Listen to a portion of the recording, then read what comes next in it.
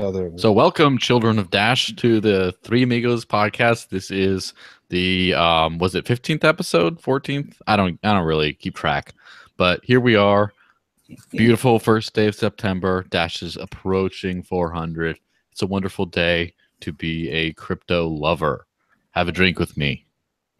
Yay. Yes, double celebration. Firstly, it's the 15th episode. I can't believe it. Time flies when you're having fun, right, guys? And secondly, it's Joel's birthday today. So we've got some brewskis on the go to celebrate. Or should I say triple celebration with the Max and Stephen Baldwin proposal passing as well. So that's extra good and a relief off my back a little bit.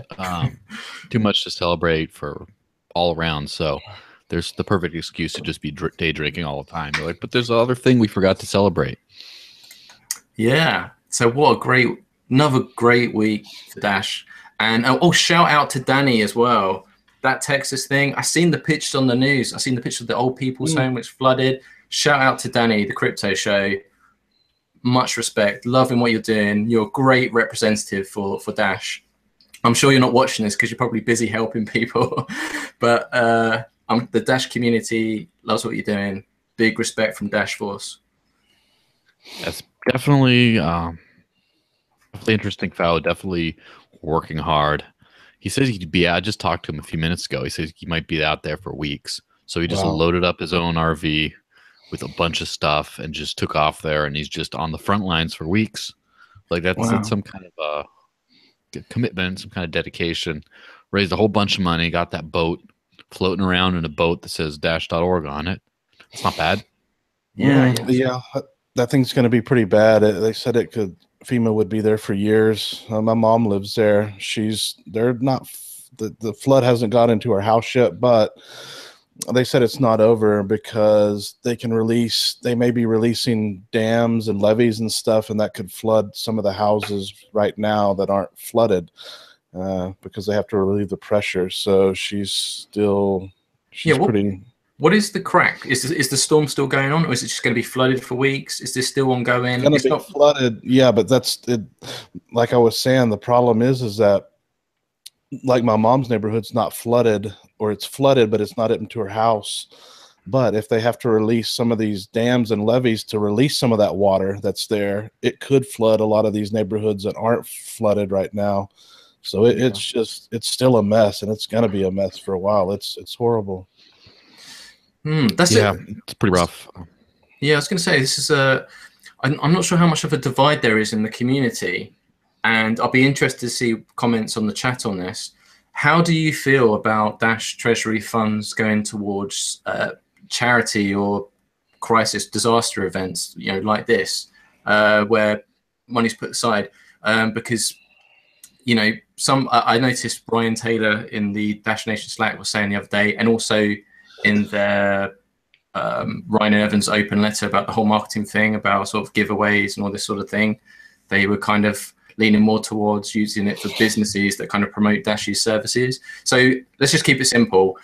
Because I'm looking at Texas right now, and I'm just thinking, I'm loving what Danny's doing, and it's not even just about promotion marketing. It's about doing a good thing. Like, Dash is a great community. We thrive on being a welcoming, opening community to all, right? So I don't know. How do you guys feel about Dash Treasury Fund being used for charity? So I feel wherever appropriate, right? Of course, we have just so much budget just hanging around right now. Almost $1 million left on the table this last time, and that was after we dropped the $500,000 bomb for the Kaiser sponsorship. And so it makes sense to, like, why not use this to help people out?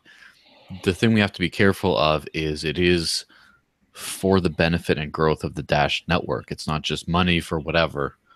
And so I think that as long as it serves that purpose, it should be used for kind of those purposes. So if you can find a good dual purpose, like the unsung sponsorship, then that's always a good thing. Or if you can put it on the boat, sticker it all over, all that kind of thing. I think in the future, if there are massive treasury budgets in the future after Dash is kind of like a household payment name, then it's like, well, let's see how many of the world's problems we can solve here. Because now here's the high-minded idea here, right? The global governance by a decentralized autonomous organization. Doesn't mean it has to be Dash that does everything, but if Dash is the network used by most of the world at some point, and there's a lot of every community has some masternodes in it, etc., or just about, doesn't it sort of make sense that now that especially you don't really need to promote Dash anywhere else, now you can just leverage the treasury for stuff? But I don't have masternode, so maybe I should let Brian talk about this a little more. Well, I just had an idea. Actually, it's building on an idea I had last night. But yeah, you could even, well, first things first, as far as the charities, I don't know. Definitely things that like benefit Dash, like the Unsung is great. And then things like this Houston deal that are that come up would be good. We'd have to be careful about. I mean, there's millions of charities and they can get political real quick. So we have to be careful of, I mean, there's disasters and stuff all over the world, but big things like this, I think, yeah, we could all agree on. But yeah, you could even have a charity master node that we could have a launch of a master node that all the rewards go to charity every month, something like that. So we have just basically a charity master node, and then the community could vote and see where those funds went every month. And yeah, that would be cool. Yeah, so now we're going to the second layer, right? Of this is not just where does the Dash network vote, but then what's the sub DAO layer? What's the next layer of governance, right? So you could have a bunch of people voting for where the one masternode vote goes for the whole network, but then those people have to then decide what that shared masternode would then do with its own funds, etc., right? On a local level. So this is something that Evan's talked about a lot, not really in one centralized place. He's talking about all over the place, especially at the open house, particularly at the open house after hours back in the back kitchen. Not recorded, regrettably, because that was some good stuff. But this is going to be really interesting to see how we can address the world's problems and grow. And part of the thing is Dash a global network? Yes. But how global? How is it heavy in the first world? Is it heavy in certain regions? Should the funds then, if there was going to be some sort of charity work, would it go equally across the whole world? Would it go by region of Dash representation? In which case you'd have to kind of pull masternodes onto where they're located, because especially with coming up masternode blinding, you won't be able to know where people's nodes are located. And then there's a whole lot of questions there. And right now we're just trying to say, how can we have a better money and build like a decentralized network? We're just at that stage, and now we're already thinking about how we're going to solve the whole world's problems. Yeah, one thing you could do is have the masternode, the charity masternode, and then the first payments or whatever could go towards a proposal to take like 100 Dash to go towards this charity masternode that would be reserved for voting. So you would have basically, or how many ever Dash you would want to have to represent, because you'd for every vote you're going to have, if you had like 3 different places for it to go, you would need 15 Dash, 5 Dash for each question. If you really wanted to question the masternode network rather than just have a question on the website, which is really not, the whole purpose of the masternode network is to so we really know, there's no sock puppet type things involved. Yeah. Okay, guys, question for you from the live chat. Mark, Joel, Brian. Oh, it says brain. Sorry. That's good. Well, he is the brain. He is the Brian of the operation. Right. Okay. Mark, Joel, mastermind. What do you guys think about a proposal for building a drift car? Drifting is the fastest growing motorsport in the world. He wants Dash Tokyo Drift. That's interesting. That Fast and Furious Dash instant. Yeah, fast and Mind you, wouldn't it be Formula 1 though, wouldn't it? That's the fastest like motorsport. Yeah, but drift is just like that. That implies also the flexibility of the network, right? It's not just fast in one direction. You can just go wait, pivot. Maybe we could get like a Dash like monster truck, and we could just like drive it over like old banger cars with like Monero stickers. I'm sure that would be the stunt for the ages, but I mean, it depends on how controversial you want to get. Speaking of which, that reminds me, there's this pro boxer, Shannon Briggs, who's quite the personality. Let's go, He's champ. Yeah, let's go, champ. Let's go, champ. Doesn't really work in my accent. He's like 45, and he's just hit a new winning streak, right? He's just getting better as he gets older, and he's known for having a very out there personality. And then one thing he does, just he trolls opponents, right? Sometimes just going around, hey, you know, we want this fight. Come on, let's go, champ. Or what was it?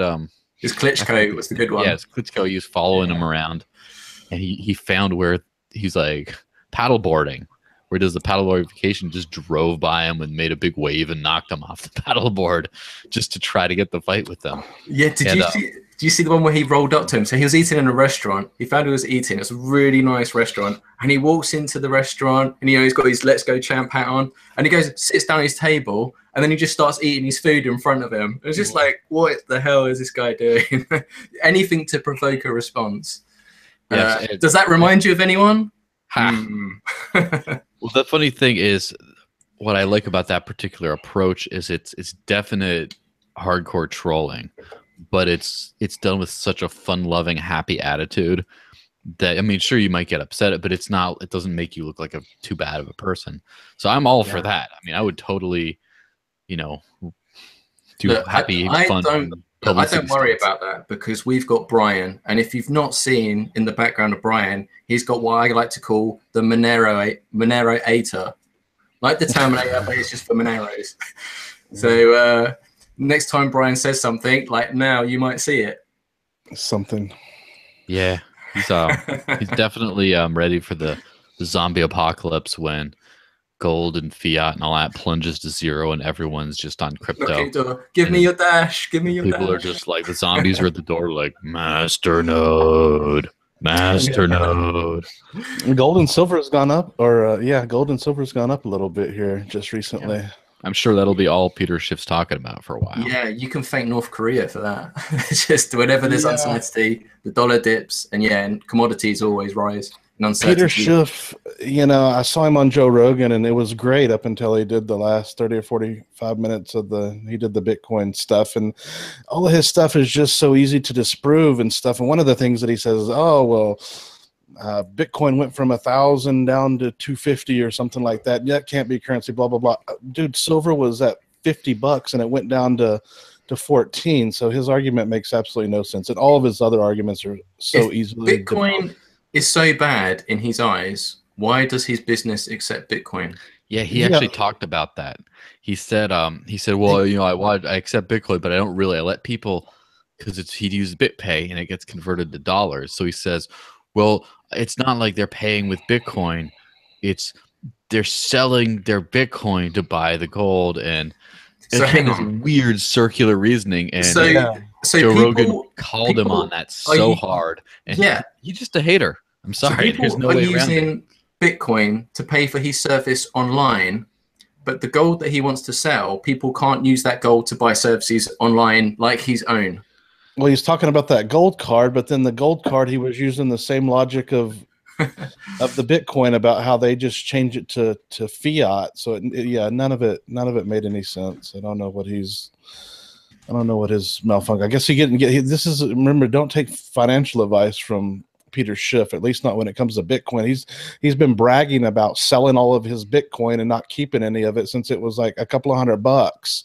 So he's not. He's a smart enough man to hedge a little bit and just keep some around. Yeah, look, guys, don't get me wrong. I've got nothing against precious metals. I think everyone should be diversified, and precious metals is what started me on my whole crypto journey.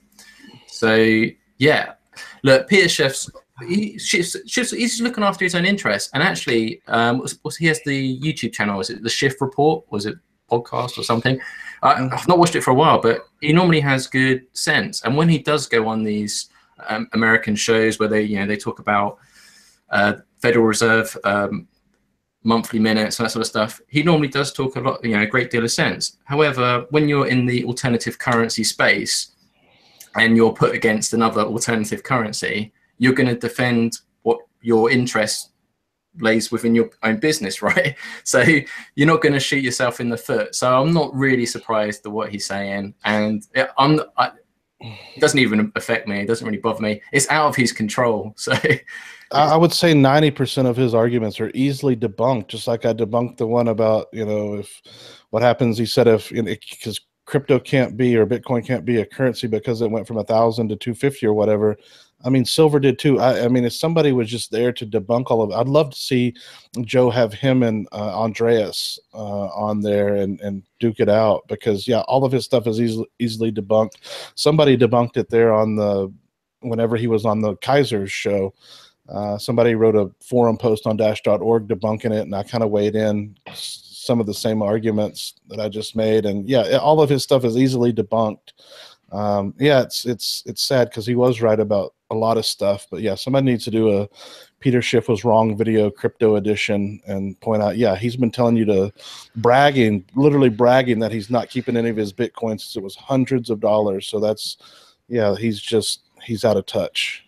That's the thing about Schiff in particular. It really illustrates the thing of empirical evidence, right? Sometimes people make claims, arguments. You can make anyone. Was that a silver piece? Yeah, that's. I mean, so I love my precious metals too. You probably can't see that one. Does it have the Queen's head on it? This one is a voluntarist. Adam versus the man. Yep, I got them. Of course, me too. Here, repping my and the Fed silver token, right? Nice. What does it say? And the Fed fraudulent reserve system. And then there's one for Mark. There's one for Mark. Can you see that, Mark? Oh my God, slave queen.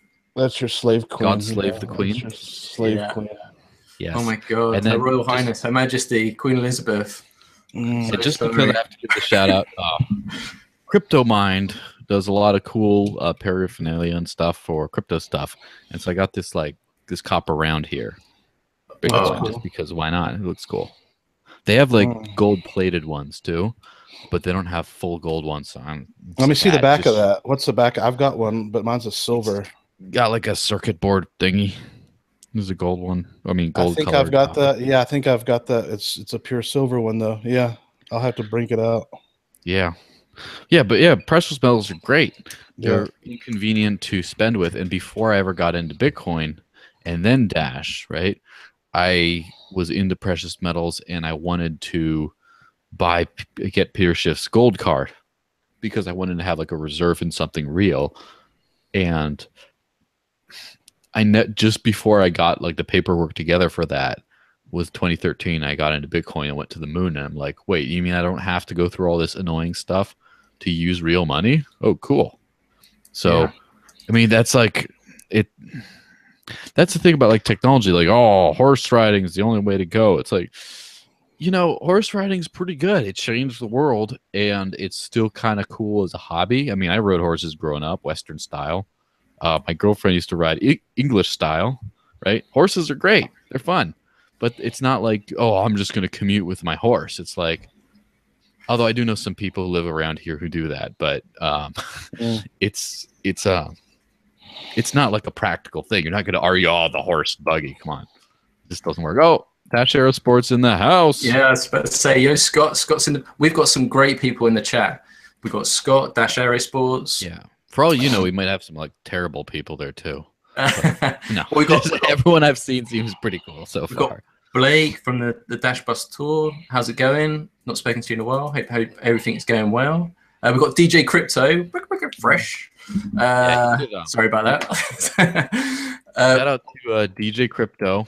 Yeah, because he was doing I retweeted him recently. He had an interesting tweet. What was it? Do tell. Yeah, and it's at Happy Puppy 84, which I'm guessing you're born in 1984, and I guess you're a happy puppy. But he says, so there's only 21 million Bitcoins or 21 million forks of Bitcoin. So he's getting a little bit sassy on Twitter there. Watch out. Yeah. Yeah, we had talked about Was the there idea that I 42 had. million now?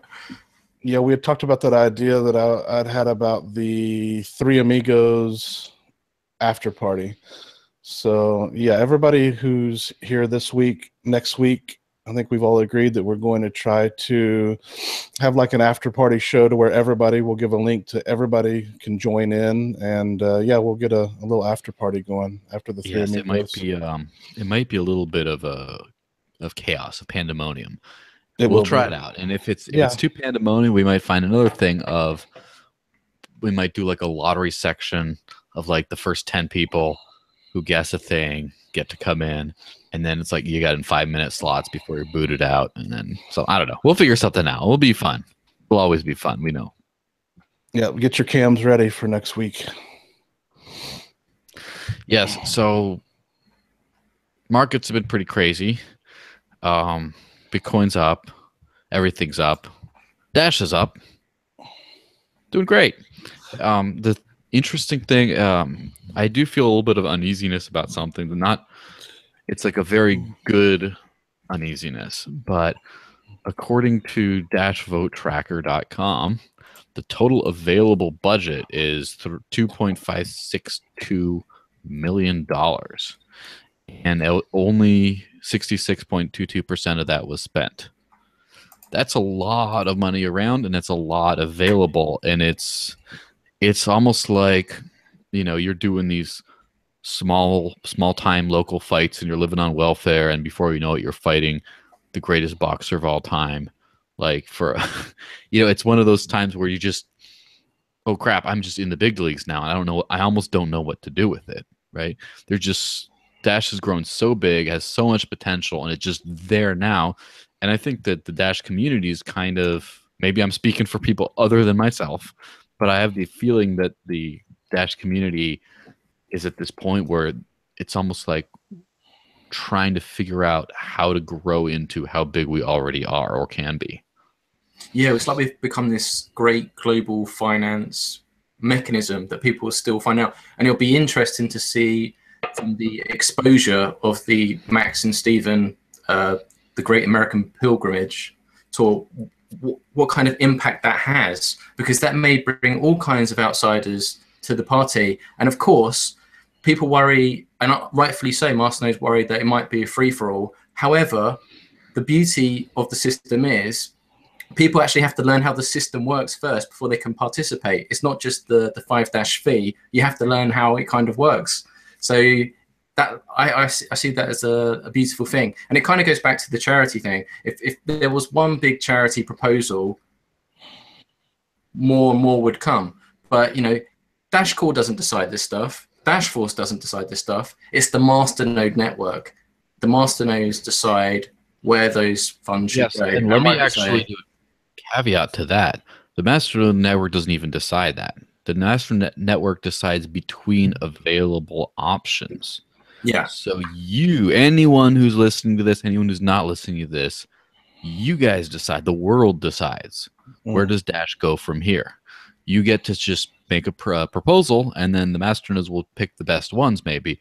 But the masternodes can't just be like, oh, I'm going to fund like this great, wonderful organization or this great, wonderful sponsorship. Like the Max Kaiser thing, that wasn't just like on the menu as the masternode owners sit down to lunch. Oh, I'll have the special lunch, the lunch special here, the Max Kaiser bus tour. That wasn't an option. It just wasn't there. It took the hard work of people like Mark to go and broker this deal, get this thing together, negotiate everything, go flex those guns. That's good to hear. But it takes that kind of thing, and then that's available, and then people are able to go jump on that. And then hats off to CoinGun Jeff Smith for offering the unenviable burden of having to deal with being the middleman of the whole thing. Right? I mean, that would be, for me, I don't know. I get nervous. I've run like a few nonprofits before, and I always get nervous like asking people for money and then like dealing with it afterwards. It's like it feels like it's like a big weight of other people's trust, and it's not enviable. I mean, great at going out there and just saying, "Yeah, you should donate to this. This is great." But like me being like, and I'm gonna hold on to it and I'm gonna make sure it's spent right. That's a big burden, and not very many of us would want to take that. So props to those who do. Yes, certainly. Yeah, I'm excited about it. It's passed. Stacey done a nice article today. We're starting to get more coverage, and the merchandise that I mentioned that I purchased on the last Friday, Free Amigos podcast. Can you believe it? It's still in transit. So I've got two separate packages, one to Steve and one to Max and Stacey, and they're two different. One's UPS and one's DHL, and they're still bloody in transit. I was like, come on, America. Sort it out. Get these. When is it supposed to? It's supposed to start shooting September the 11th, right? Or is it supposed to air? When is it airing? Or do we know? Okay. Well, when it goes to air, it might be October. That's down to largely RT, but that's the kind of area because the shooting date should start on September 11th. Obviously, a significant date, and then obviously. All those reels and terabytes of footage has to get sent off to the editors, blah, blah, blah, blah, blah. And it's going to be like a conveyor belt of stuff going out. And then obviously RT has its own schedule. But yeah, around October time, that should be when it should be airing. So at the moment, I'm just trying to get as much Dash stuff involved at all. So the RT contracts have been signed on their side with the production company and RT. And what remains is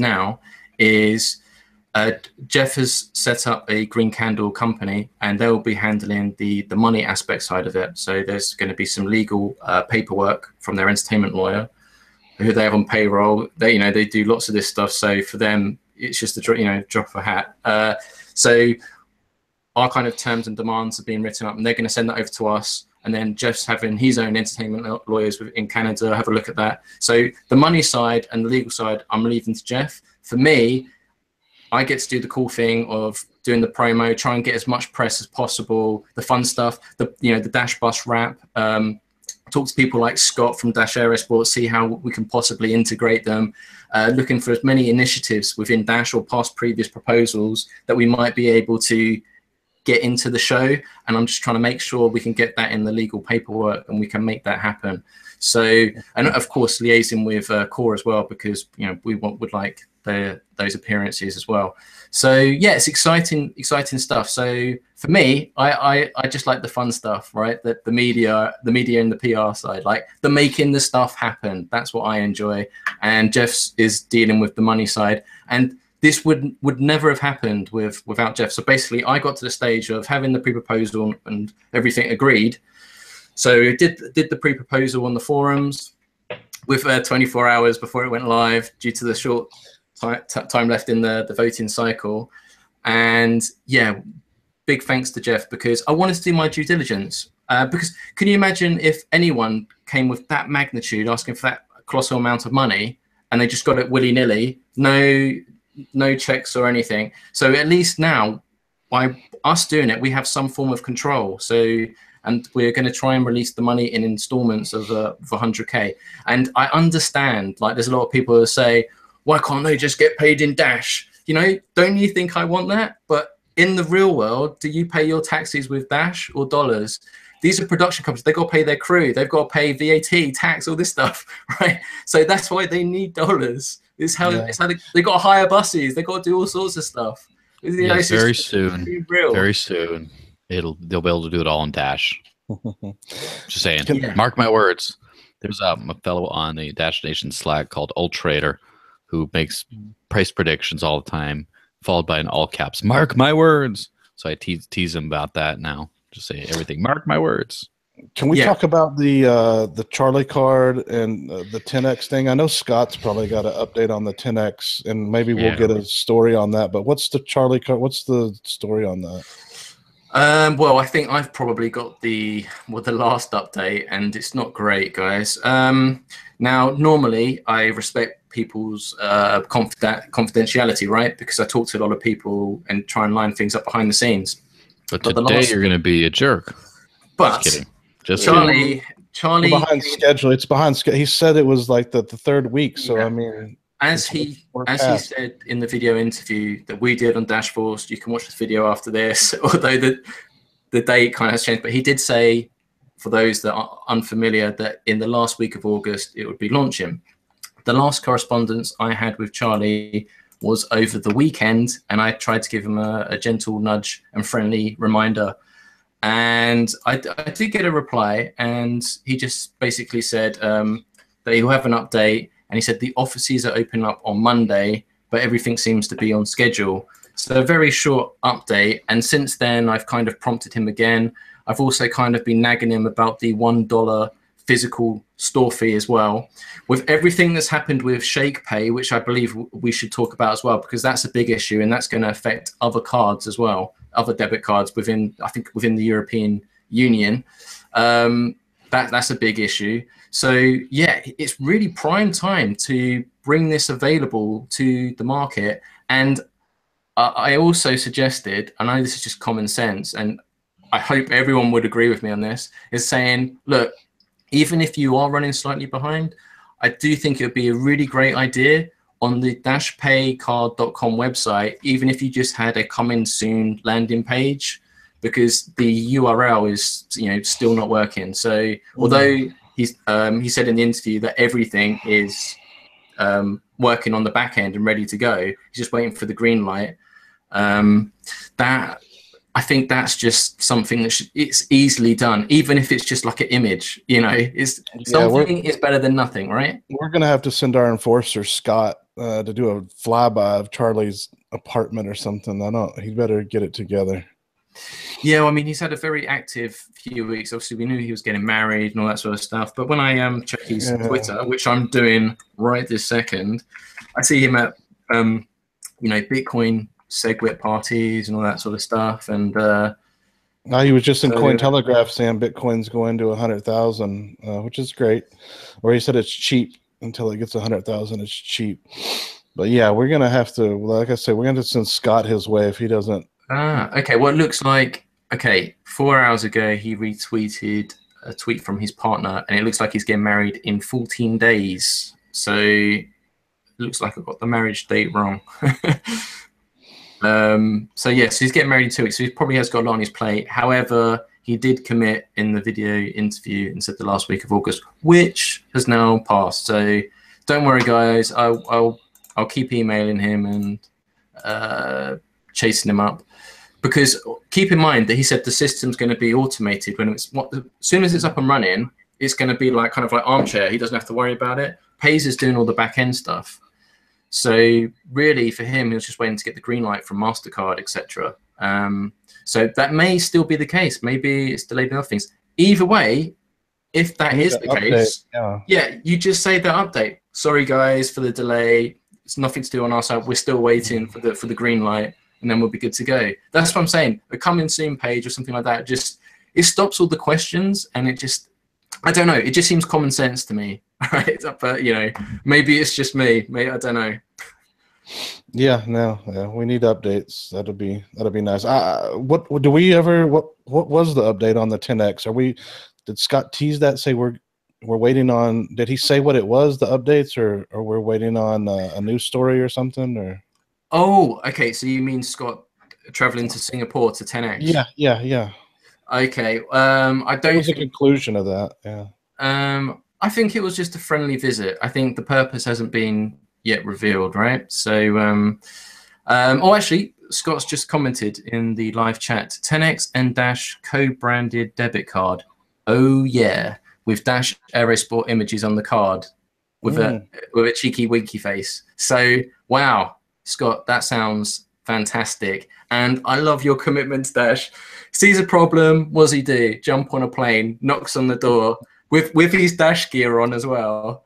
Yeah, love it, man.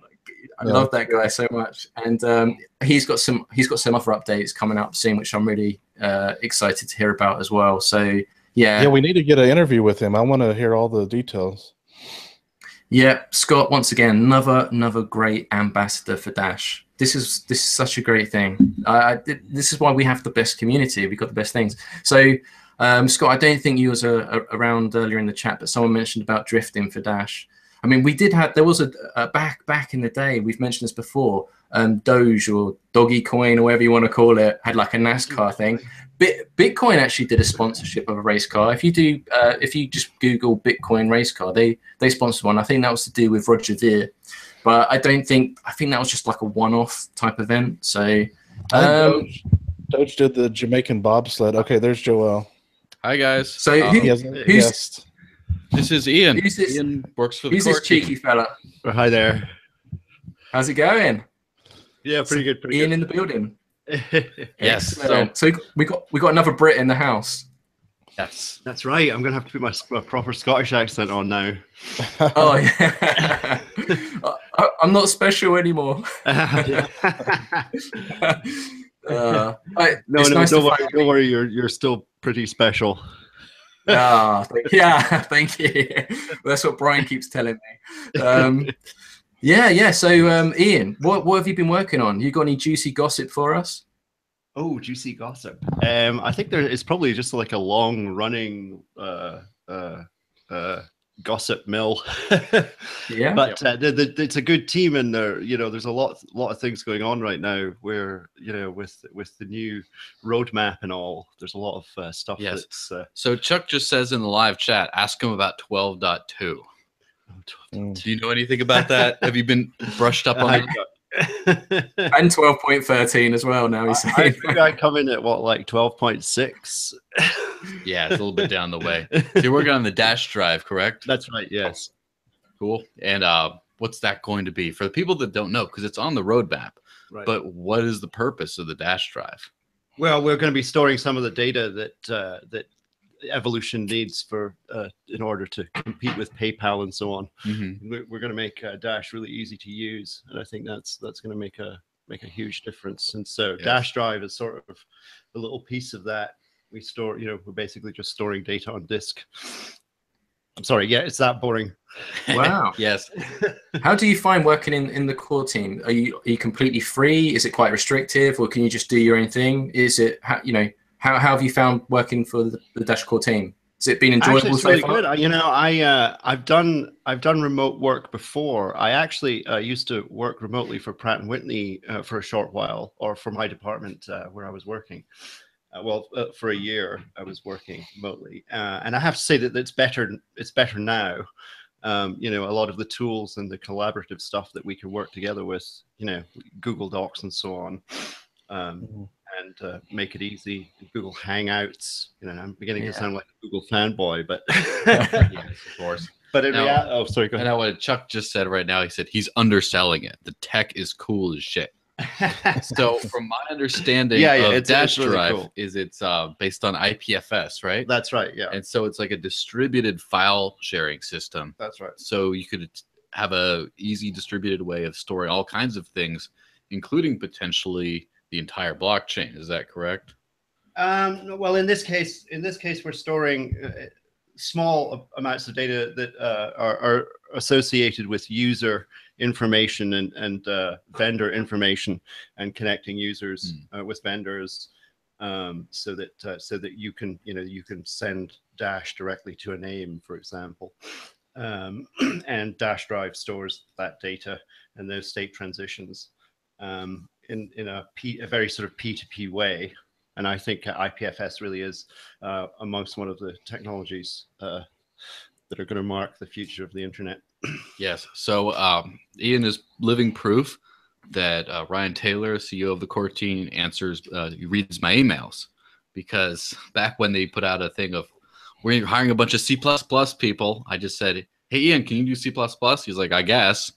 So I said, I recommended it to him. And, I've known Ian for 4 years now. Yeah, that's right. And I know he's a very smart person, has been in crypto for a while. So I just emailed Ryan and said, hey, heads up, this guy's going to apply. He's a good guy. And then there you go. Yeah, it's been a whirlwind. Yeah. It's been awesome, really. Yeah. Chuck says, can we say the Dash Drive stack? Can we say? That's up to Dash you, Drive stack. Yeah. Well, there we go. Yeah, We I guess said it. we just said it. Yeah, IPFS is a sort of full stack approach to P2P networking and programming and application development. So this will be fully Dash open. Drive and Dash are something that you could actually store the whole of the Dash Drive blockchain. In fact, all of the blockchains on IPFS, for example. Interesting. Do you see any limitations with it? Because we hear the applications of what it can do. Is there anything restrictive that you would like to see different? Do everything. No. You know, when you look at the stack, there are so many things in there, and I think some of the criticism has been like that. You know, it's just sort of, it's too much. There's too much in it. Yeah. And so, no, I don't think there are any real limitations. You know, it's a different way of doing things.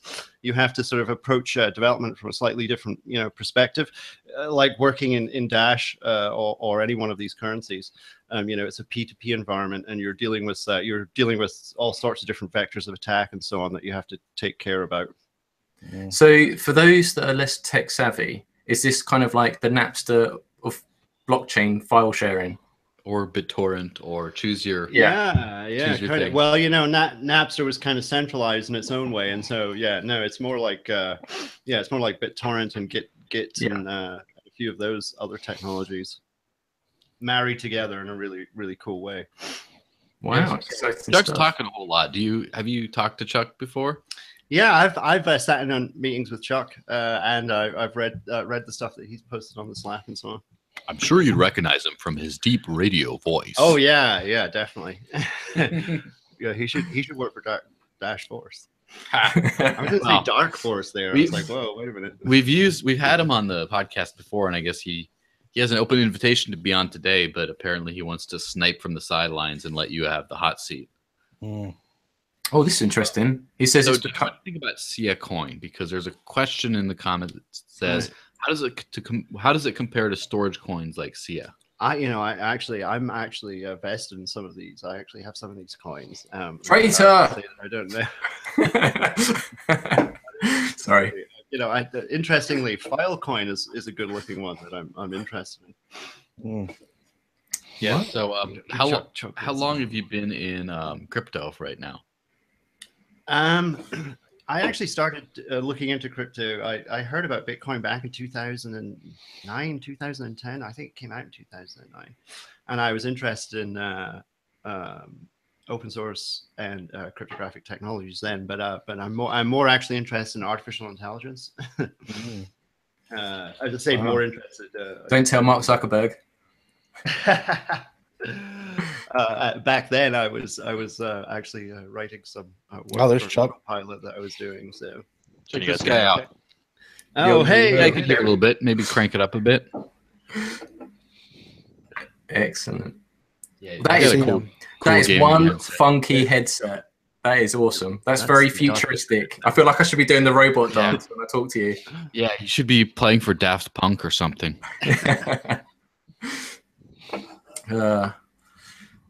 Excellent. How's it going, Chuck? Let my boss know that I'm here. Right now. I think I'm on the clock at the moment.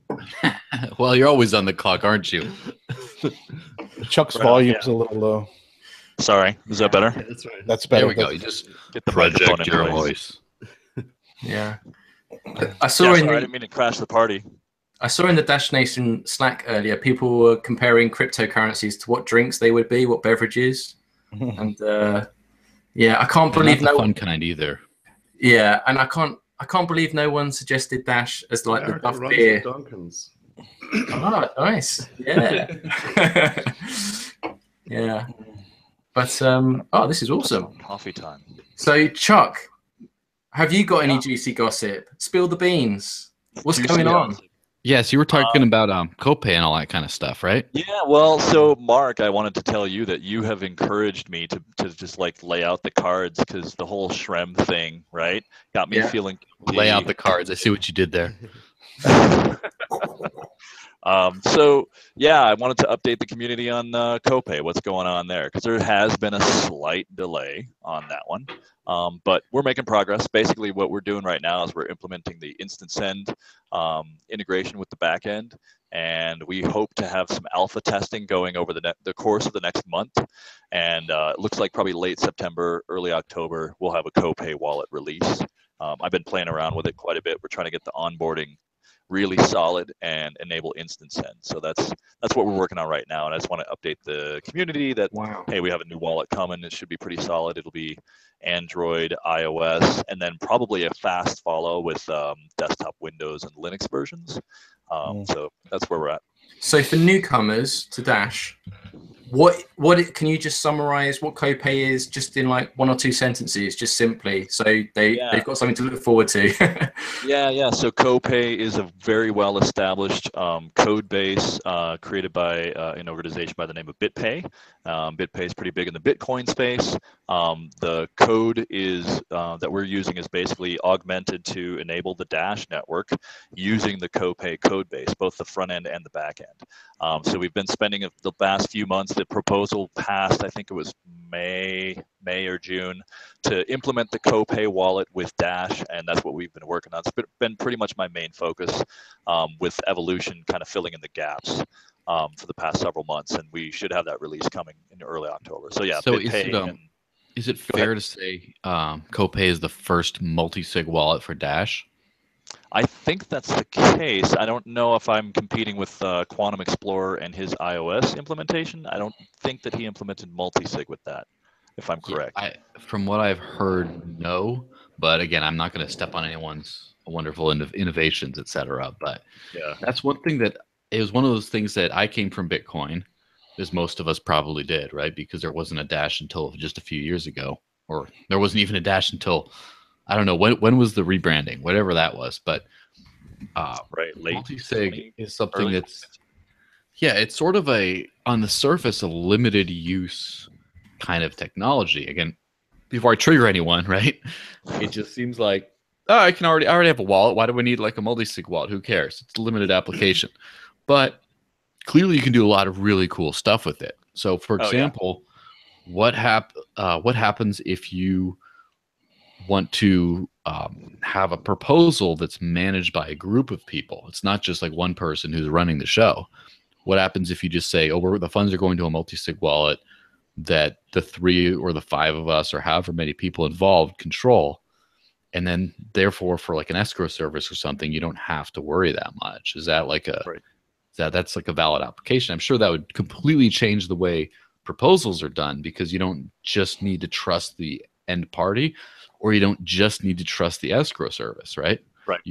We'll meet a bunch of buddies. We have a poker group, and we're talking about, a 10% rake on the night, and that'll go into a multi-sig wallet, and so we'll all have like access to see what's transacted there for little things, the poker group kind of stuff, catering or whatever, what we do with the side funds.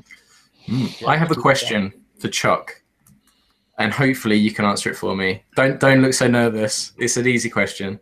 So the Dash conference is coming up, and I see you are noted as one of the speakers. Can you give us a little insight into what your talk is about? Have you prepared it yet, or do you have a title? Or so I've definitely been working on that, and I have reached out to the community to get questions. The focus is going to be around evolution, and whether that's the technology that we're going to deliver evolution or the vision that we're looking at. I'm trying to break that out into, so I'm organizing it right now. I don't have a title, but it's going to be around evolution and possibly some Dash 101 stuff. I don't know, but probably not for that crowd. But I do want to make it so that it can be presentable to general audiences also. So I may have a couple versions of it. Hey, I wanted to talk, we should probably talk about the instant send issue that's happened lately, and maybe when the fix is going to be in. Anybody have any? Yeah, well, that was announced in the forum, and based on what's in the what Andy posted in the forum, that would be the limits of what I should probably discuss. But I believe that the fix will be coming very soon. I believe it's with the 12.2 release. So in the next, and that was already scheduled, but it's just going to be coming in with there. So what do you want to know about it? What is it going to do? Is it going to, it's not going to be protocol, right? That's only when it shows like 13. So it won't be a protocol update. I believe by protocol, you mean updating it's going to be 12.2 for the servers, for the miners. Do you have to restart your master nodes, I guess, is the... I don't know. Do you have to restart your masternode when you do a minor patch? I thought it was only when they like updated the like a 13 point something. I thought that's whenever you had to restart the master nodes. Answer that question. Maybe Ian could help us out with that. No, I don't know the answer. Okay. So the whole heart of the matter with the thing, sporks are something that I will let someone much smarter than me explain properly. But essentially what it boils down to, idiots like me, is it's a way of allowing the network to shift gears and upgrade to a new version without serious crazy disruptions breaking anything. It's sort of like turning on the safety of your firearm where you're trying out new things, right? We're trying to load it with new ammo or whatever. And so am I correct on that so far, Chuck?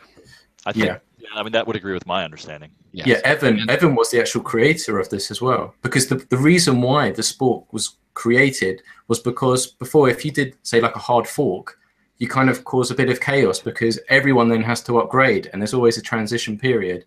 So by doing the spork, when people upgrade, with Evan not enabling all the features, enables everyone to transition, and then you can enable features later on when everyone's transitioned, as opposed to just doing it from the get-go. Off the network. Yeah, in the early days, we had an issue where, there was a hard fork and then there was a problem, and then we had to go to an upgrade to another version. It was just a mess. But that's when Evan invented that spork. And he's a genius.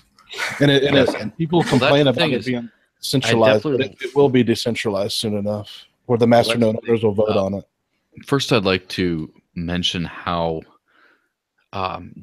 Dash is pretty ironclad as far as everything runs smoothly. Everything's rock solid, nothing breaks kind of thing. But that kind of thing doesn't get, and I'm sure, like, I'm seeing Chuck's eyes are crossing there. He's like, what do you mean nothing breaks? But compared to other projects and stuff where you see these problems like, well, you got Ethereum, you got a wallet hack, you got the DAO, you got this problem, you got that problem, you got Bitcoin trying to fork all, and Bitcoin has the longest history of doing a very similar thing. So Bitcoin should be the most stable, but Dash is remarkably stable, but that doesn't come from never breaking anything, right? Right in the very early days of Dash, like the first day, in fact, there was the bug left over from the Litecoin code base, from what I understand, that caused the emission curve to be way faster than previously anticipated. Yeah, and so people forget that it's all software. I've worked in software for 20 years, and there's always issues. There's always issues. There's the mountain of issues grows faster than you can address it. So it's just about selecting the right issues to address. Yes. And making sure that's the most important ones that get addressed. Well, that's the thing. The cool thing about a spork is, from my crappy non-technical understanding, is it allows you to reduce the potential negative effects of a hard fork, right? Yeah, you don't have to upgrade. You don't have to keep upgrading if you have a problem, you don't have to keep. Everybody doesn't have to download a new version. They can just trigger the spork, and it's like a fail safe, and until they fix the problem. And then they have the multiple sporks now where they slowly integrate the new features. Yeah, and like I said, some breakdown on sporks, but I didn't get into that level of detail where I could explain it to everybody. So the controversy, so to speak, comes from this. Controversy also means no one in Dash cares. There's just some trolls from other people, Fluffy Pony, who have caused some issues and just say, oh my God, Dash is centralized because there's a centralized control over these sporks and stuff.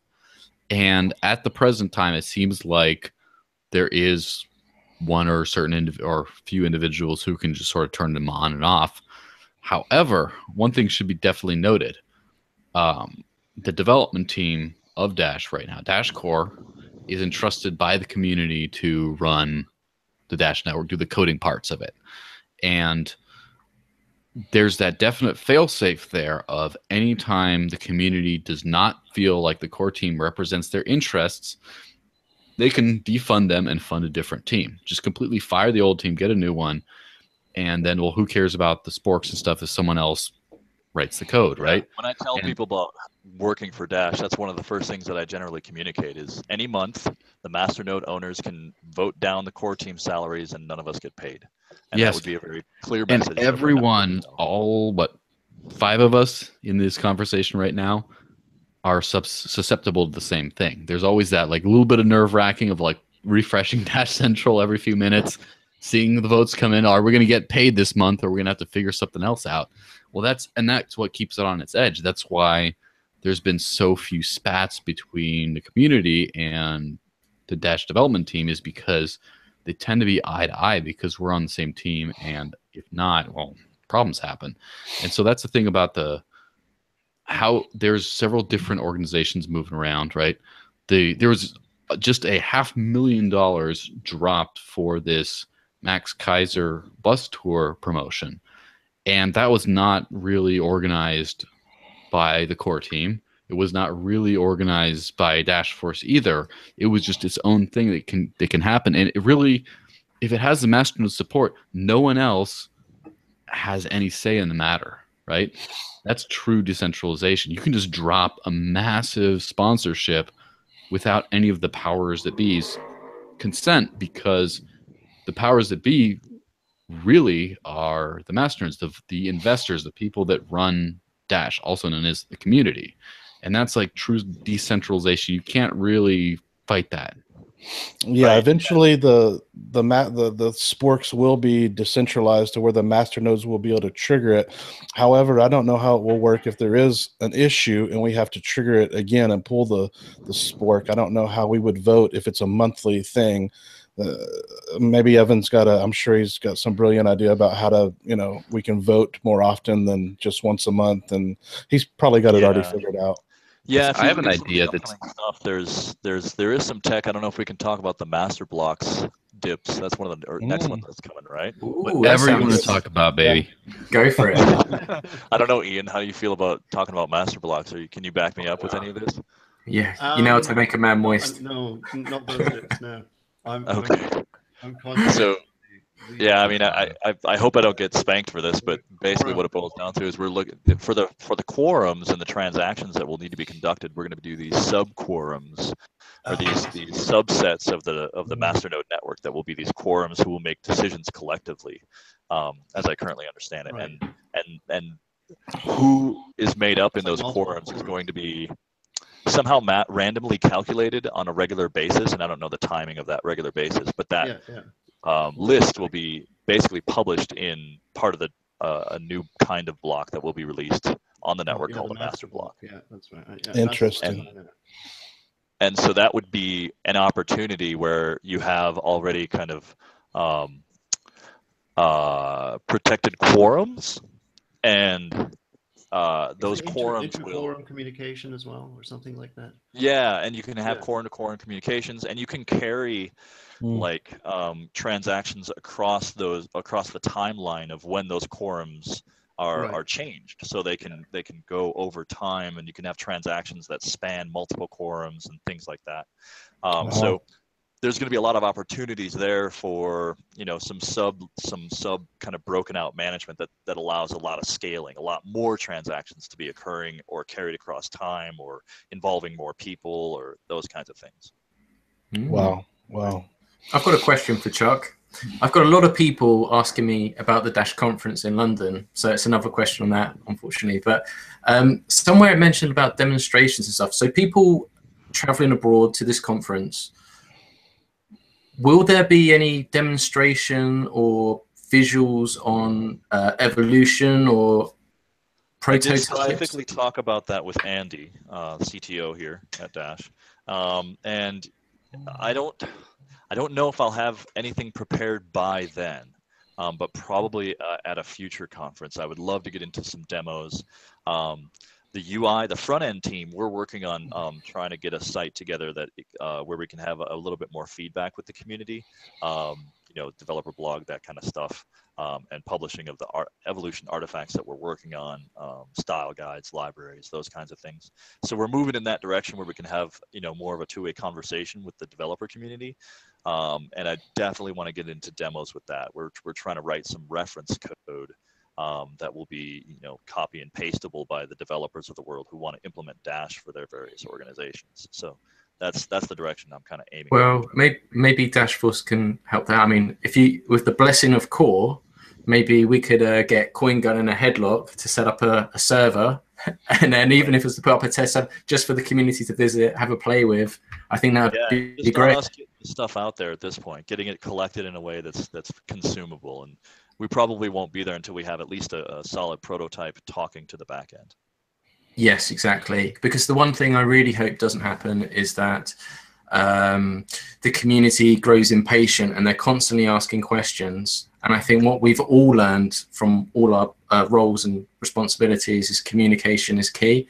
And I think that's why it's fantastic that you come out and you tell us this stuff, because otherwise we're just left guessing. And I'm really grateful that you come on the Free Amigos and you tell us this stuff. I feel like this is one of the things that I want to do more of, and I have this inner drive to just communicate to the community. When throughout my career, I've always been the kind of guy who liaisons between the technical team and the business, the C-level guys who care about what's going on.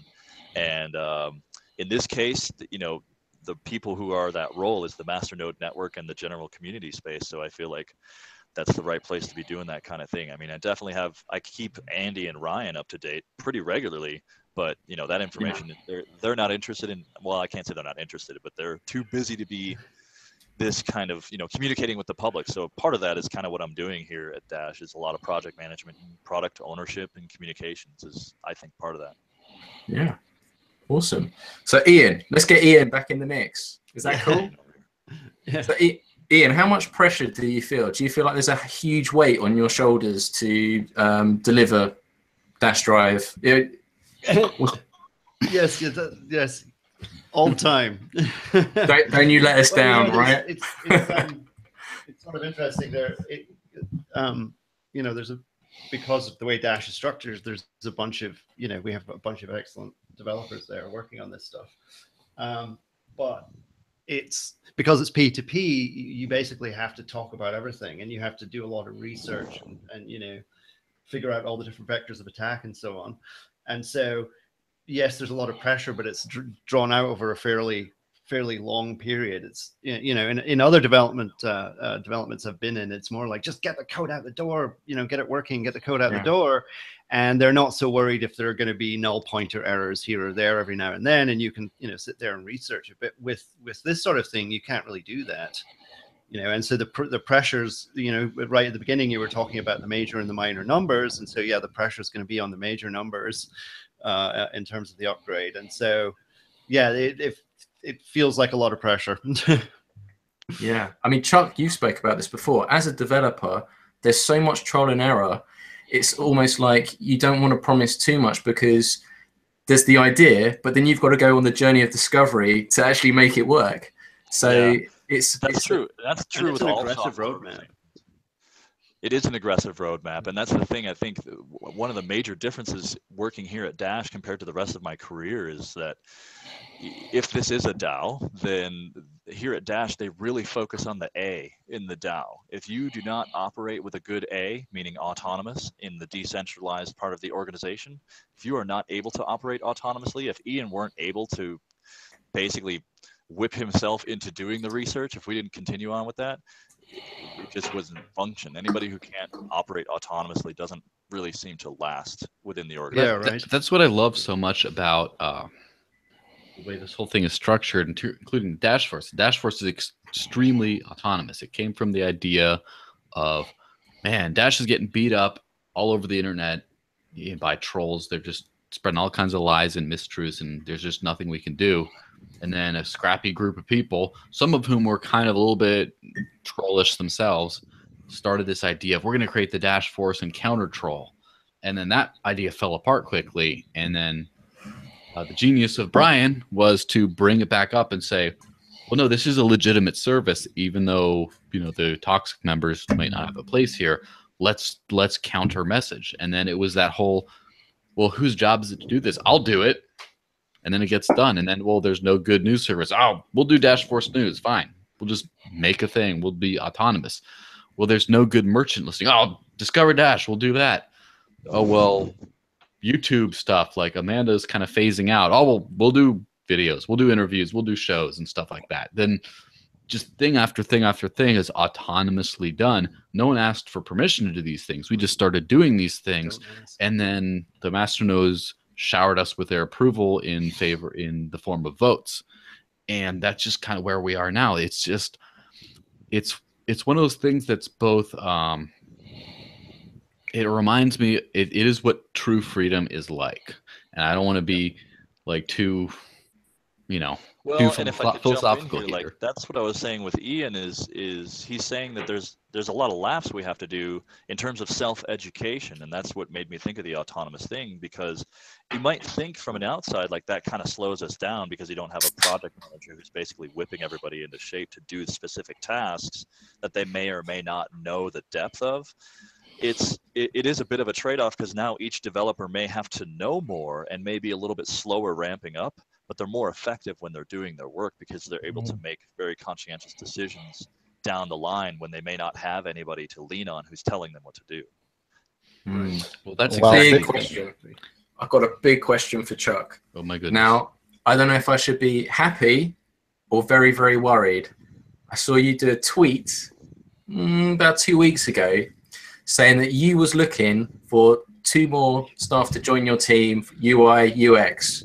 What's going on there? Should I be worried or should I be very excited? No, it's just we've reached a place in our development where we have enough kind of conceived to bring on some people to help us build out what has been conceived. And that's really the thing, is we have to have the right conceptions in place. Like Evan's vision, as I said before, like laid out a lot for us, but it didn't get enough into the nitty gritty for any developer who comes on to be effective, right? So we had to basically work out a lot of the R&D, a lot of the UX flows, a lot of the UX designs to get to a place where, okay, now we've got screens and tasks and work and things that actually need to be implemented. So we've got enough backlog of work where we could probably keep a couple people busy.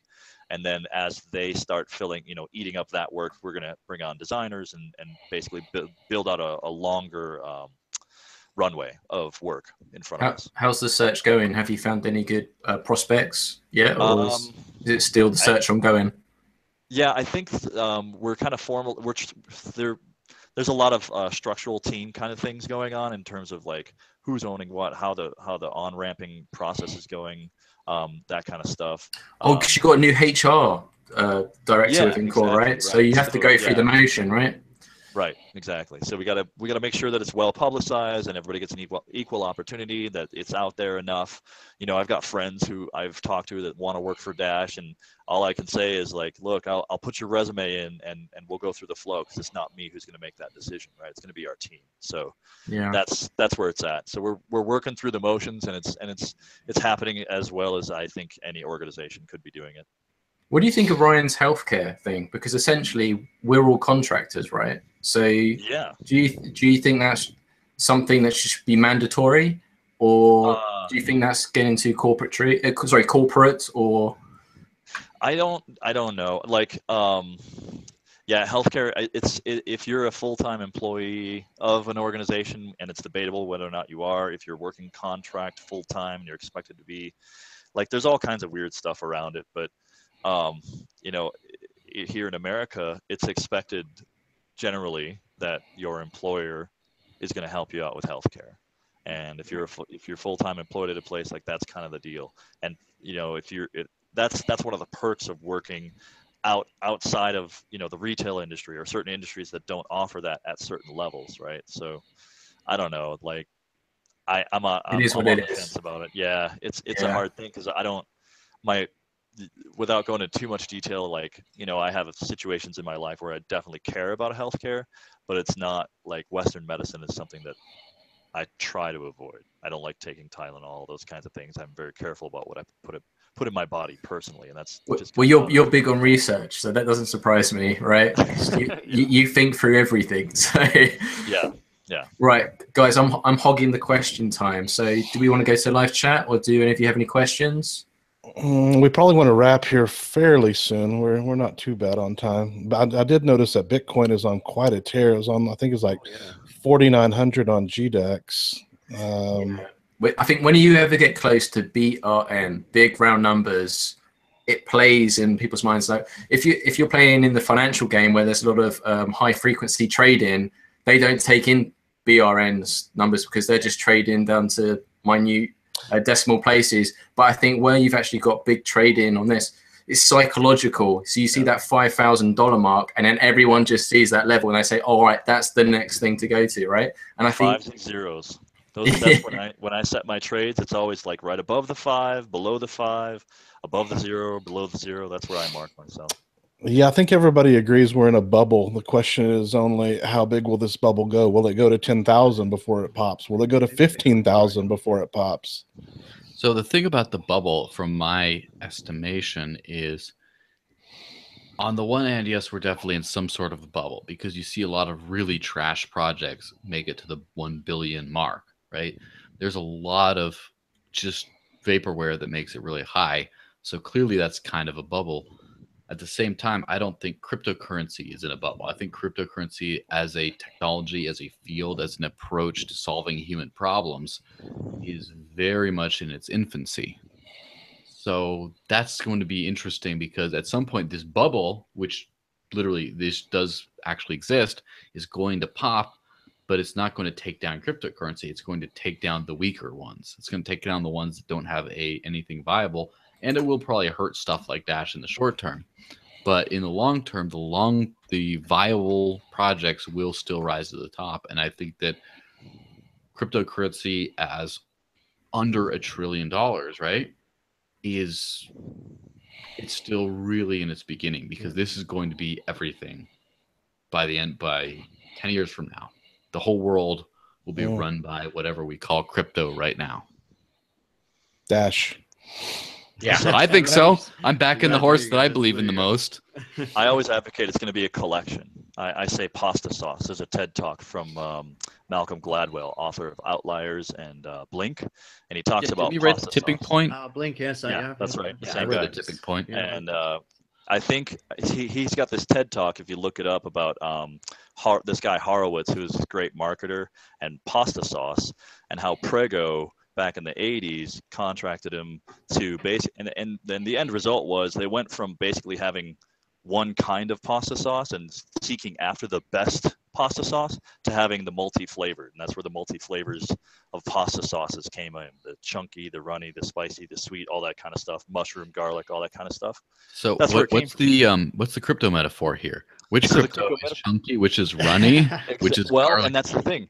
If you listen to the TED Talk, you'll understand that it's about what people value, and people have clusters of value, and we have a global population.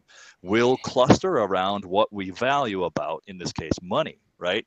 So some people are going to value store of value. Some people are going to value medium of exchange. Some people are going to value unit of account. And there's going to be varying clusters and mixes of gradations in there. And that's where we're going to cluster. So we'll have those will be our pasta sauces, 7 to 10 of those human preferences clustered around what we value. Yes, and so as much as all of us here are extremely pro-Dash, part of being pro-Dash means rejecting Bitcoin maximalism, right? There's one crypto to rule them all. Someone made a technology that's going to just crush everything. That's going to be the only thing. And so as much as I'm a big Dash fan, I'm not a Dash maximalist per se, because that same arrogance of just thinking, oh, I just got the one thing that's going to work and nothing else works, is the same thing we had to first reject in order to get here in the first place.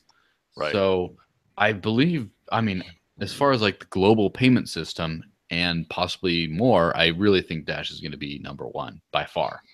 What, you think there's a better coin than Bitcoin? That's Bitcoinist. If you're talking about global payments, right? That's what we're after, right? We're trying to be. Yeah. Think about it though. Look in the top 10 of cryptocurrency market cap rankings, which is not necessarily a good ranking system, but whatever. How many of those are simple payment systems? And how many of those are something else? Ethereum Classic, IOTA, NEO, other things like that are not just I send you money. They're other things. Smart contract. So Dash is Altcoins are deep cryptography because the altcoins are great for entropy. If you think about it, all these different protocols running on different hardware systems actually improve the entropy or improve the security of the system. Having a singular block or blockchain really isn't a good idea, I don't think. Right. That's interesting. Yes, but that's exactly it. Is that there's so many things that other coins are trying to do that Dash is absolutely not trying to do. And it's not just, well, Dash has this oversight. No, it's just Dash will never try to do those things. And that's perfect. Bitcoin's going to hit 5,000 before the end of this podcast. I don't know if y'all are watching it. It's going crazy here. Yeah, it is. It's just blowing up. Wow. Well, hopefully Dash is trailing behind. Yeah, we'll probably get it. The next. I'm still buying in, so hopefully it stays where it's at. Let me get my last masternode going here. Yeah. And it can go up. Well, Come on, guys, Dash to 500. all right. That's the other thing to think about, right? Is market cap is it's indicative of markets, right? Markets can do some crazy things sometimes. And the value of a project is not like, how much do you care how much this thing you possess goes up in value if you can't move it, if you can't use it, if it's just there, that it's like, oh, I feel rich now because the numbers went up on my little computer thing, right? Like for me, I live off of Dash. I don't have a bank account. Dash has to do everything for me, or Dash associated services have to do everything for me. And so if I was still living on Bitcoin like I used to, I would be in a world of hurt right now. I don't care about the price because it's so hard to move it around, so hard to use it. And so it's hard. It's easy to get caught up in the market cap game of, oh, which one's worth more, which one goes up more. But that's if you just have a basket of investments and you don't actually use these things for what they're meant for. I use Dash for what it's meant for, right? So I value Dash based on that. What does it do for my life? For what it's advertised as doing this thing. It's advertised as a superior payment system. That's what I use it. So, Yeah. Right. So he's clustering around medium of exchange, not so much store of value, right? Whereas somebody else who may be looking at Bitcoin, loving Bitcoin, and hating Dash because they're on the store of value side of the camp. Yeah, well, believe me, it's if Dash wasn't a good store of value, I wouldn't be holding it, right? It kind of does both. In fact, I used to kind of hedge with a little bit of Bitcoin, but I stopped because I found Dash to be much more predictable / stable than Bitcoin in recent years.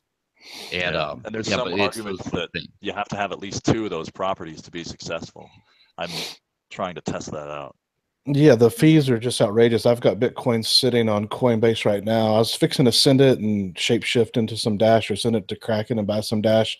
But yeah, the fee was like $5 and something. And I've got more Bitcoin coming to Coinbase. I was like, oh, I'll just wait a little bit so I can have, instead of, spending $5 or $10, $20, keep sending neutral. I'll just wait till I get more money on Coinbase to send it. And that's $5-something is just ridiculous.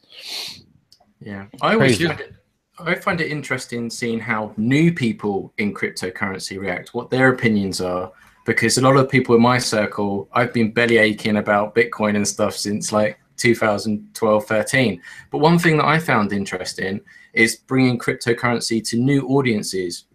So recently there was a 10K Dash giveaway with Faraz, the head coach of TriStar Gym. He's got a big YouTube following. He's like the head coach of Brazilian Jiu-Jitsu. He's really well known.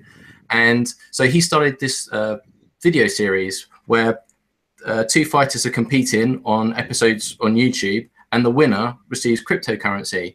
And the first thing he started to do was Bitcoin. But the problems he had was the fees and the transaction fees. So the winner would win and be like, okay, I'm going to send you some Bitcoin now, and it doesn't work.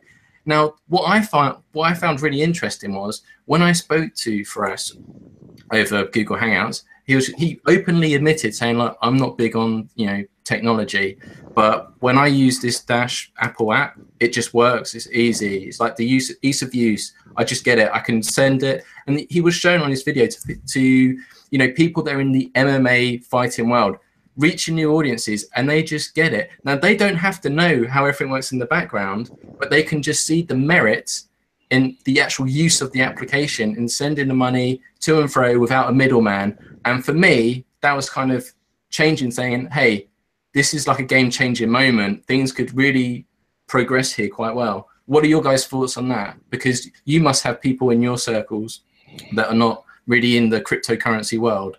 I mean, that's the obstacle we need to overcome. Evolution. And that's why Chuck is the man, because he's got to get the user experience right. Otherwise, he's going to get a knuckle sandwich. Well, and that's why. So I'm trying to build a model, and that's really what I've been like. A lot of my evolution work has been trying to understand the psychology of money. So I'm reading these awesome books, like this guy. I would recommend this highly. Oh, it's probably backwards for you guys. It's called The End of Money and the Future of Civilization. Forwards for me. By Thomas H. Greco Jr. Great book on the history of money in America and the world. And it gives some ideas and breaks down on how to basically remake money and redo civilization. And I think that Dash and Bitcoin and cryptocurrencies help a lot with that. And this gives me a model to approach people in talking to them about cryptocurrencies. There's a couple guys at the local coffee shop here. I'll call them Jeff and Fred, for lack of a better word.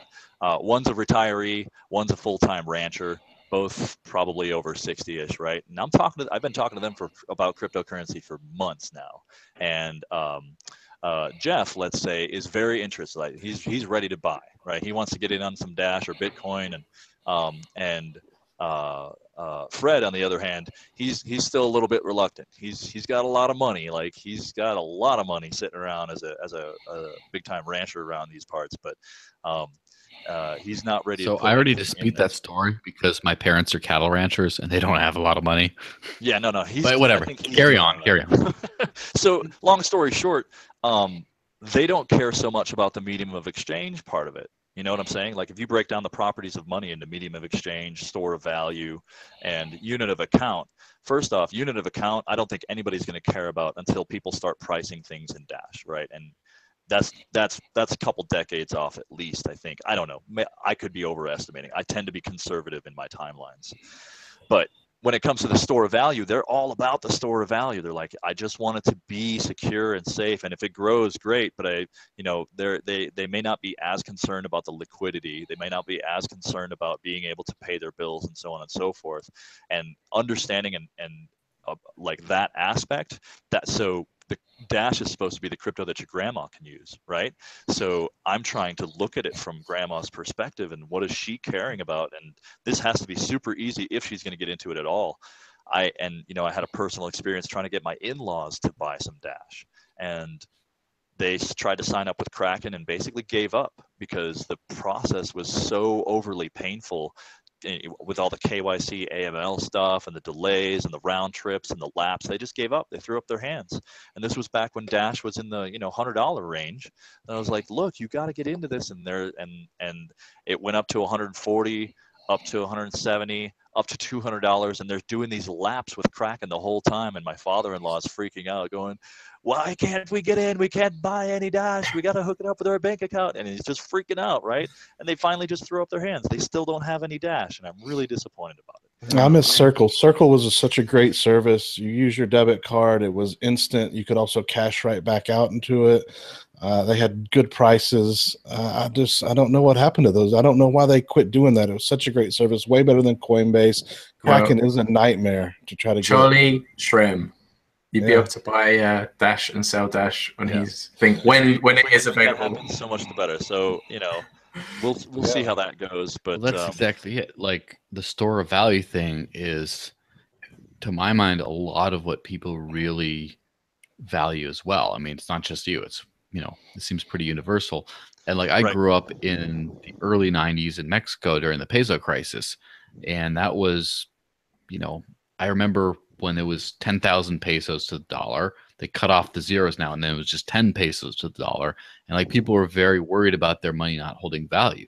Now those same 10 pesos are like worth 16 or 17 to the dollar now. Like there's been some depreciation in people's wealth. I also was in Romania when they cut off the zeros from 100,000 lei to the euro to like 1 lei to the euro. And like all this stuff is, for people in the first world, it's kind of foreign almost, because people grew up with something that kind of retains value, or it loses value slow enough that they don't really notice. But some people they have their money and it just goes away. Yeah, overnight. Look at China. It literally overnight. Right? Yeah, exactly. Yeah. Enterprising people in the Dash community who started a series of conferences, one per month in Venezuela, to teach the local people about how to get real money, right? Because their life's work is just bleeding away before their eyes. Exactly. And yeah. anyone who has any idea of what can stop that, like Dash just keeps going up, like sign me up. How do you feel? How do you feel about people that only buy Dash because they just want to make money? Because this is one problem. I just want to be completely real here, because everyone in the chat, everyone here will have this problem as well. I have one friend in particular that wasn't interested in before, that starts asking me questions saying like, okay, I kind of missed the boat, I want to put money in.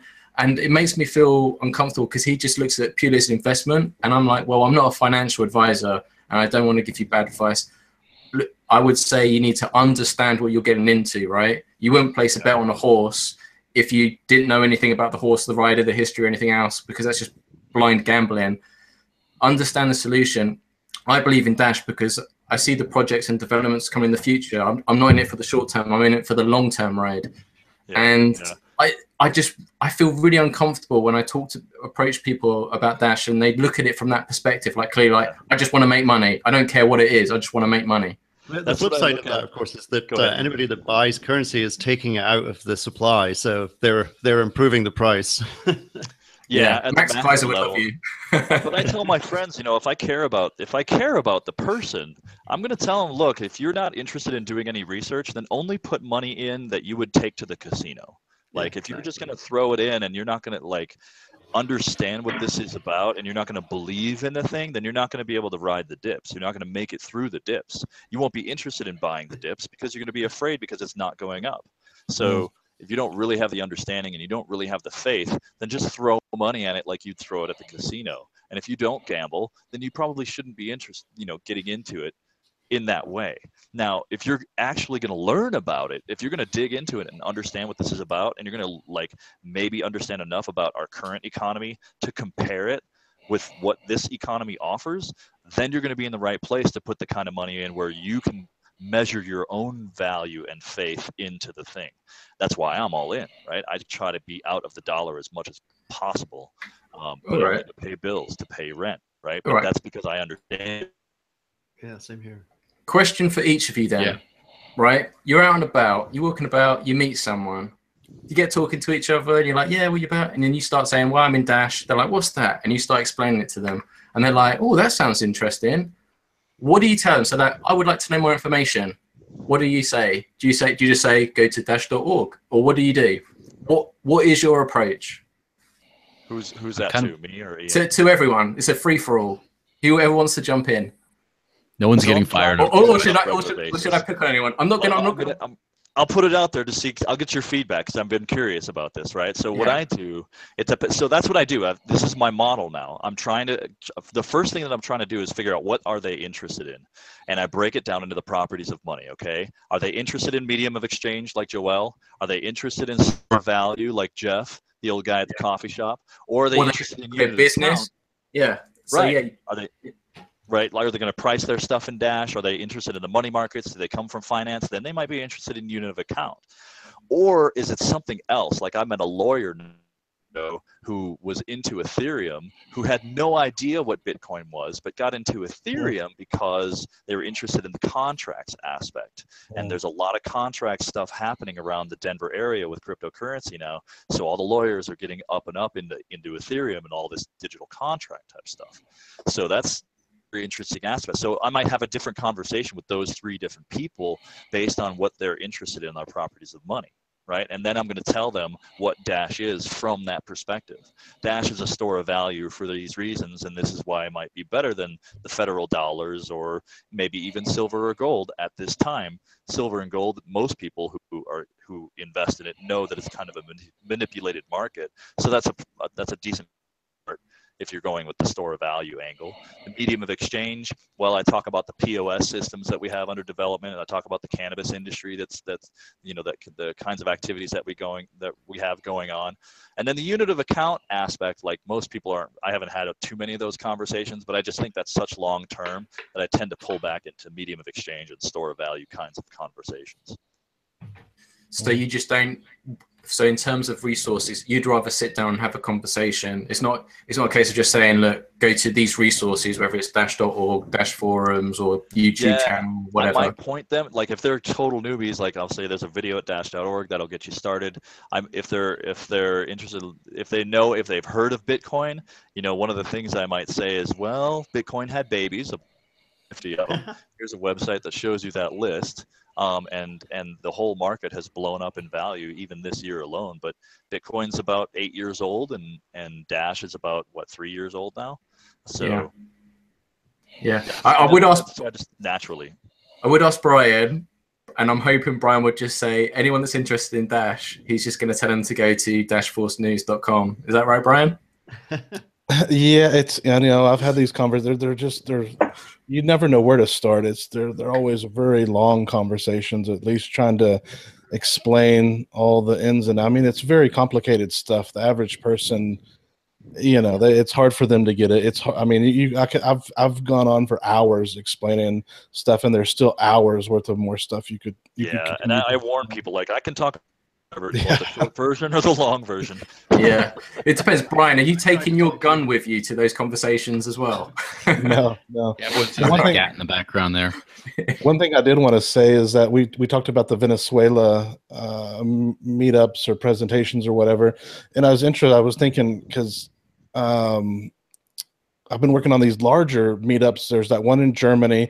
I'll be publishing a story about the meetups here coming up this next week about all the winners and stuff. But yeah, we've been sponsoring one in Germany, and you have also one in Africa. And all three of those places have had serious, at least Zimbabwe, Weimar Republic, Germany, they've all had serious inflation issues and money issues. But yeah, we have big, fairly large. The one in Germany is like 50. I think he's supposed to get like 60 plus people this time at a meetup presentation. So yeah, it's interesting. Those three places we have big, and they've all had, they've had their money problems, Africa, Zimbabwe in particular. So yeah, hopefully that continues to grow. I only back off if their eyes start to glaze over. Yeah, well, Ian, instantly, you never know.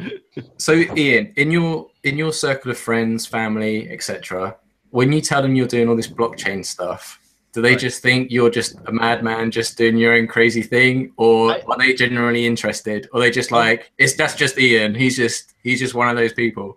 I think it's a combination of all of those things, because in the past I have actually been into all of this sort of thing, and I get very sort of excited about it in this very hyperactive way, and I get up in people's face and so on, and I very frequently sort of spend a lot of time trying to find an angle, like Chuck is sort of saying, with which to sort of come at it that they can understand. My parents are from this very odd church called the Unification Church, or they were, in the past, and their particular perspective was broken in the same way that the people who sort of understand how money works and so on. And if you can get the angle that they can have an epiphany at, it's a wonderful experience. And so I was back in Scotland for about a year, and I managed to persuade a number of people to get wallets, and described how the Bitcoin process works, and how it's how it's trustless, and and those sorts of things. And I think in the climate over there, there was a lot of people just sort of waiting for this type of thing to come along, and so I got a fair number of people to get interested. And I guess my main triumph was I got a woman over there to get a wallet and go and buy £1,000 worth of currency out of an ATM, Bitcoin ATM. I think the first one that was in Edinburgh, and so that was pretty cool. Wow. And she's actually an electronics expert, so I think that's why we were able to talk about it, because we got into some of the technical details, and she was very impressed. Was she surprised there was no Queen's head on the other side? Yeah, exactly. Oh, that's great. So basically, you're like the Morpheus of Scotland, just handing out red pills to people, waking people up to cryptocurrency. That's right. That's right. I think the Dash School by Amanda B. Johnson still holds up and is a great introduction because it goes into, just breaks down what the blockchain is, and it's gradual. It's not slowly builds up. It's like the indoctrination that my parents went through, and this, but in terms of money and all the sort of financial, everything. Yeah, so that really indoctrinated, and it really breaks it down into, and I'm a very big fan of, in particular, Dash School, because it really breaks down. Like, if you have like half an hour to an hour, you just like want to know everything from nothing. It's really good. Go to YouTube, look for Dash School, because it goes from, well, what is blockchain? What is a blockchain currency like Bitcoin, and how is Dash different? It just, everything you need to know. It stands the test of time. People who are interested in researching, who land there, I think generally appreciate. They come away with a very strong understanding, and then they're able to have their own thoughts and start testing like these ideas in their own life and say, like, why is this better? And they start thinking about their own money at that point. What are these dollars in my pockets? And that's when the paradigm shift starts to happen. Yeah, what is money? That is the question. Yeah, exactly. And that's where they land. Exactly. They planting the seeds seeds. with people. Exactly. Yes. That's where I end up in terms of my conversation. And with the woman who got this currency, we've already been through a lot of drama. She actually had her bag stolen, and her phone was in her bag. And I had gone through this whole sort of pedantic lecture about remembering her password and keeping the seed key and that sort of thing. And she had done that, and we'd done it together. And then she went and rebuilt her wallet and got her money back, and was like, wow, this is amazing. And so that whole experience was sort of traumatic, but at the same time sort of showed her what sort of that personal responsibility was able to give her. She was able to, keep her own money, didn't have to rely on some shady banker over there to do it. Yes, it's sort of the dual nature of owning your own money. And I've sort of had this thing with my girlfriend. Once in a while, there's something doesn't work. She's like, fix it. And it's all on me to take care of it. And that reminds me of banking, right? Like, that happened one day. I was ready to withdraw money for rent, and I had a massive negative balance. I'm like, what the hell? And so I called the bank. It was like, fix it. And someone had like fraudulently written a check in my name and all this kind of stuff. And so after they fixed it, I'm done with this. I want to be responsible for myself and my own finances. I closed down the bank and became unbanked. And so it's something very different of, well, just something's wrong with my life, fix it, other party, and I'm helpless without you. But with cryptocurrency, you know exactly what's up. Yeah. You got control of your stuff. You do the due diligence to back it up. And if something happens, you know exactly what happens, or you have control over it, right? And so if you mess up, right, that's on you. Yeah, so that's one of the educational approaches that we're trying to take with the Copay wallet. Like, we've been going over and over and over the language, assuming that the person who is installing the wallet may not know anything about Dash. And I think Copay does a good job of taking you through these, like, hey, if you don't hold the private key, you may lose your funds. If you don't back up the private key, you may lose your funds. And we have a triple dialogue on the backup screen in the onboarding process saying, hey, why don't you back it up now? And if they say no, it's like, are you sure you don't want to back up now? Because if you don't back it up, you may lose access to all your funds. And if they say no again, we tell them a third time, seriously, are you sure you don't want to back up? Because if you don't back up, you may lose funds, right? So we're trying to be very clear about what the most important, that's what I tell my friends too. Look, if you're going to buy some, make sure you back up your private key. Print it, write it down, laminate it, bury it in your backyard, put it in a safe. Keep it somewhere where you have control over it. Don't or put it in a deposit box. Or go to Crypto Steel and get one of those steel backups, and they take Dash for that, and they're UK based. Yeah, I just got one of those. Yeah, that's good advice. With that, I think we should start kind of wrapping up. Any more questions in the? Yeah, we're almost 2 hours in here. Well, we gotta. As we've got 2 devs, and we've been talking about introducing people to Dash, is there anything that you would like to see that hasn't been done yet that would help with this? For example, Dash Force wants to help more with the business adoption, and we want to help introduce businesses to Dash. And right now, there's no really good guides or easy how-to guides for businesses to integrate Dash, and we want to make that easy as possible. I mean, there's obviously the user adoption side of that as well. So whether that's just a nice little website for Chuck, just like basically just take it by step, kind of like Dash School, but kind of in a website, more fluid on a tip basis. I don't know. What do you guys think? I agree. I like that approach. We were trying to identify the personas, and I feel like the merchants are, I don't know, I just have this gut feel that the merchants are kind of underserved in our space right now. And I really would like to make it easy for them get involved and start accepting Dash on their own. And I guess part of that is identifying like what are the business processes that we need to engage with in order to make that happen. I think of POS systems and that sort of thing, but then I also think about like accounting systems and invoicing systems and all these things that, like, I guess what would be helpful for me as a dev and a UX guy who wants to engage with these people is identifying these pain points, all the things that they need to go through that Dash can solve. Like, can we go through that mental exercise of just understanding all the pain points that a merchant goes through? And typically how I would do this is I would go sit with a business owner and just observe them in their day-to-day and say, okay, here's how we can fit Dash here, you know, just take it through their life. But I haven't been able to do that yet. Focus on it. I see it as kind of like a workflow, because we all know business owners are incredibly busy people, and even walking into business and getting time to sit down and talk to them. But I just see it just breaking down. And this is kind of how we plan to do it within Dashforce. Say like, oh, you're a business. Are you a brick and mortar business or you're an online business? You're an online business.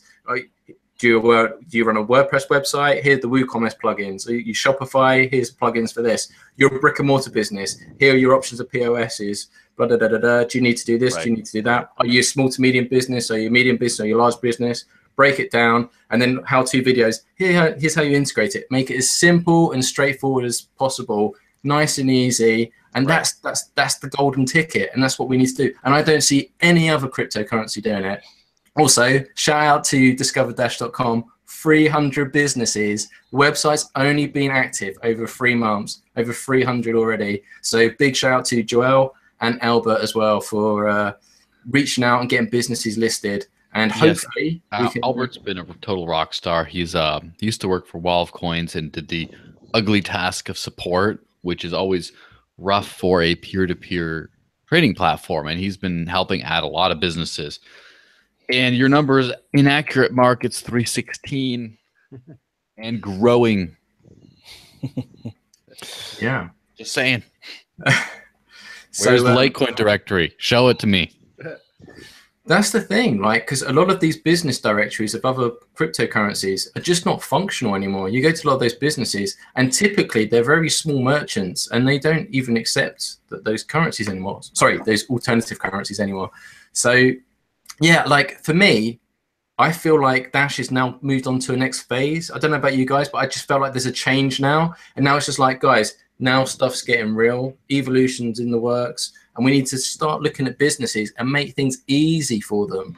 We don't, you know, the approach of having foot soldiers walking into every business like, hey, can you add Dash? Like, that's, you know, a very archaic way of looking at things. We need to make things simple to say like, oh, you know, here's how you can do it. Like some of our German translators within Dashforce, they've got some fantastic ideas of getting mailing lists of businesses and targeting certain sectors and sending out mailing lists to all the businesses. So send them one just explaining like, hey, there's a new payment system, blah, blah, blah, blah, blah. Then sending them a second mailing list saying like, you know, just show me you're serious. And then just to say, we're putting on an event in your area and it's just for businesses in your area to integrate this new payment solution. Come along, it's a free networking event and we will just explain to you about this whole payment. And then in the psychology of the business owner, it's just like, well, if everyone in my industry is going to be looking at this, then I shouldn't be missing out on it. It's a free event. Also, I get to network with other businesses in my area of expertise and just see what it is. And then with you, instead of having one foot soldier going into everyone, the people that are generally interested, you've already filtered out, and then they're coming into the room with you. You do one presentation and you nail it, and then you just keep expanding, going from one city to the other, and just keep rolling out like that. And that's what I think would be one great way to advance the Dash movement. I don't know how other people feel about that, but I think that'd be a good. We'll have to find out on next episode. Let's wrap it, guys. We gotta go. Almost 2 hours in, and Ian and I have a scheduled pub crawl. Woo! So. Enjoy yourself. Thanks again for tuning in, guys. we're always very reachable, right? At Dash Force News for Twitter, Facebook Dash Force News. There's plenty of ways of getting us, and the biggest way, of course, the Dash Nation Slack. Shout out to Tao Satoshi for curating that and maintaining that space pretty well. But yeah, we're going to be in hyperactive mode for the rest of the year because there's just so much to do, and there's just so much opportunity in the crypto space right now, especially in Dash. So thank you all for tuning in. It's been a distinct pleasure. And thanks Chuck for taking time out of your day. Thanks Ian for taking time out of your day. Good to see you, Ian. Thanks. And next week, same bad time, same bad channel. Excellent. Cheerio, guys. And a happy birthday to Joel again. So should we all sing Joel happy birthday? No. 3, 2, 1, hang on. Yeah. All right. Cheerio, guys. See you next week. See y'all.